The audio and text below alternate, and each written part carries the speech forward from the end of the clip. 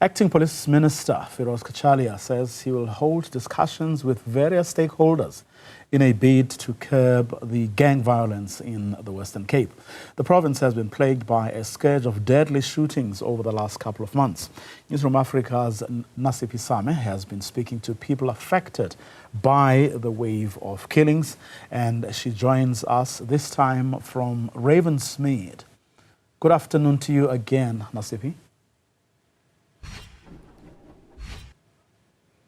Afternoon again. We have moved from where we were, which was Alsis River. We're now in Eureka Estate, which forms part of Ravensmead, another community plagued by gang violence. And this past weekend, the community says they continue mourning after a mass shooting that claimed the life of a 14-year-old Venrico Petrus, shot and killed not too far from his home. I am now joined by his heartbroken mother, Mandy. Mandy, thank you so much for your time. But we know that there's been shootings in Eureka Estate since Saturday that claimed your son up until Monday.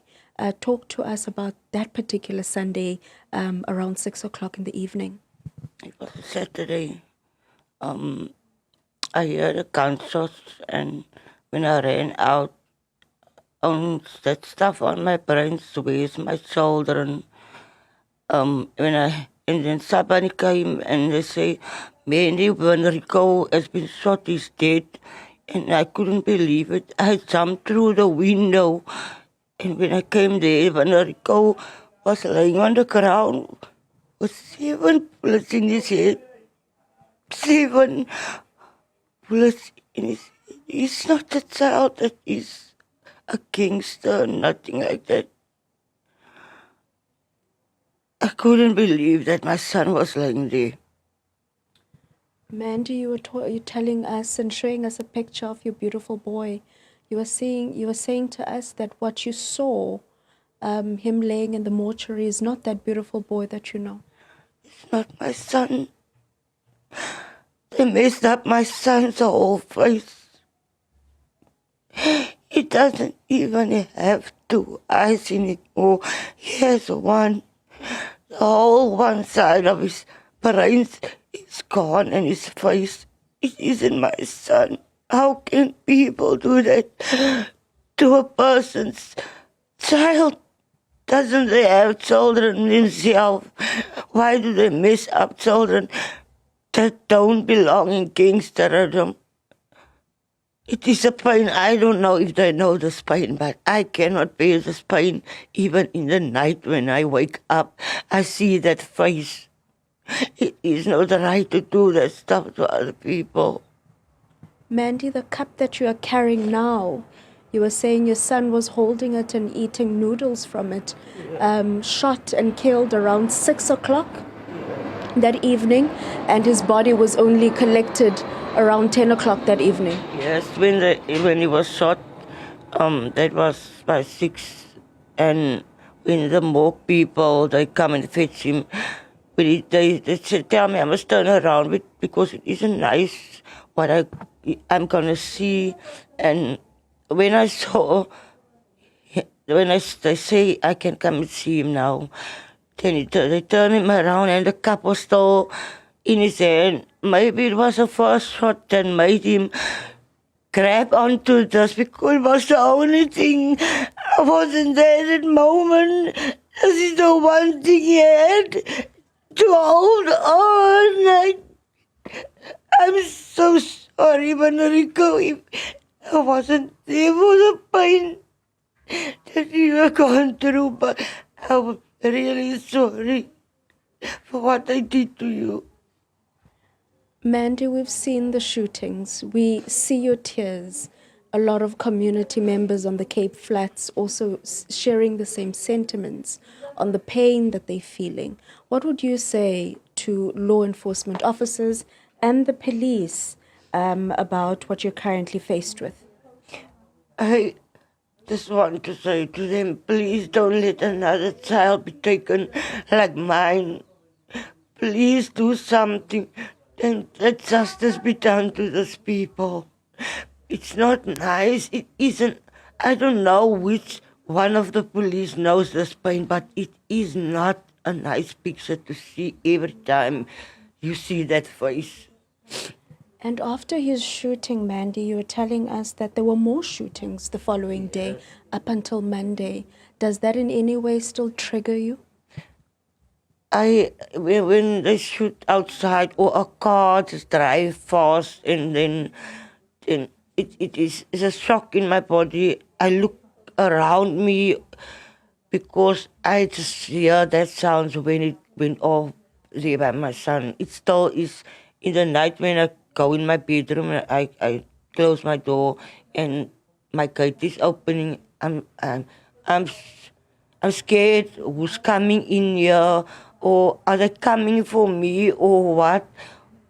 There's some lot of stuff going through your mind. You don't know even if you can trust anybody around you. You can't trust the people. What would you like to be done to those that are responsible for this shooting? I mean, you were saying that it was a drive-by shooting. What would you like to be done to these individuals? Only want justice to be done for my child. They must pay for what they did to him. It's all I want. If the police catch them, please let them pay. And don't let other people, children, go through that same thing. We'll have to leave it there. That is Can I Mandy comment Pistorius. on that, please? We are also joined by another resident from the uncle of Van Rico, rather. So you were saying that you are also in pain with what has happened, and we are seeing Mandy obviously crying, and she's in bitter pain. Yes, what is actually heartbroken is to see my sister in such pain. And she's not the first child she lost. I know her pain. I can't feel it personally, but I can just imagine what she's going through. To lose a son in that manner, in that brutal manner. How can you shoot a 14-year-old child 7 years, 7 times through the head?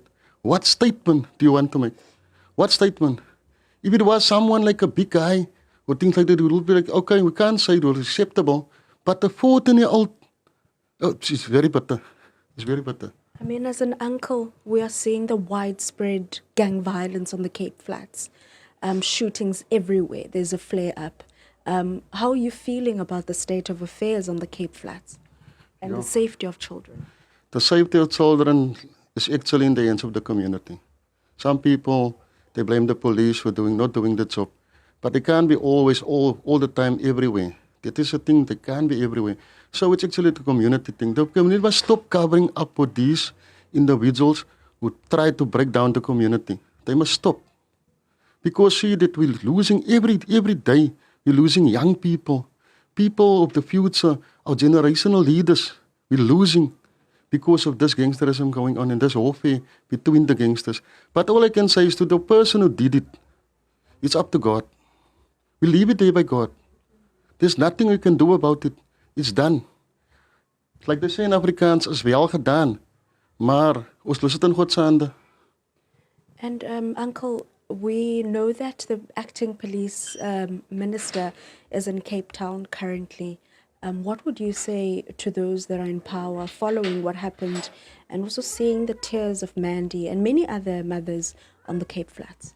Well, to the leaders of the commissioner, the police commissioner who is in Cape Town, the thing is this, I can't say that they must deploy because it's always about the budget.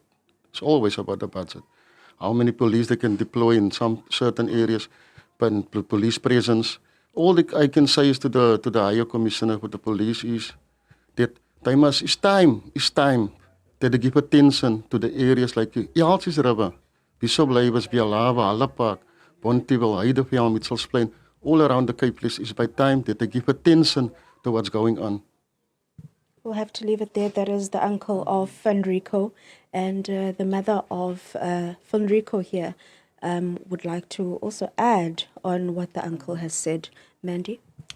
I just want to ask if there's any help for me, because Van Rico was not in a burial and I'm struggling to get the money for his to bury him, because I think it's just fair that he must get a real he must be buried, because he was a clean child without any sin, and I don't think I must just leave it to that. I'm struggling every day. So they come and take him away from me. I must get money. I don't even have a cent while I'm sitting here. So if anybody will help me, I will accept it. That is Mandy Pistorius, Petrus, sorry. She is a mother on the Cape Flats, like many others, having lost a child due to the scourge and the ongoing gun violence and gang wars that has gripped many communities on the Cape Flats. The uncle there naming just a few of those communities on the Cape Flats.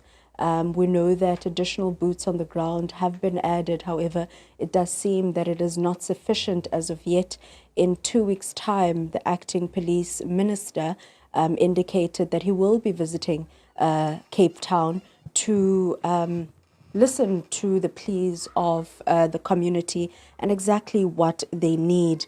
And less than an hour ago, we were speaking to one of the crime activists in the Western Cape, saying to us that perhaps it's a time that a state of emergency is declared and ensure that communities in the Cape Flats that have been gripped by ongoing gang violence for decades will be able to feel safe. And now 14-year-old Van Rico, here in Eureka Estate, one of the many victims that we are now adding to the list that has died due to gang violence.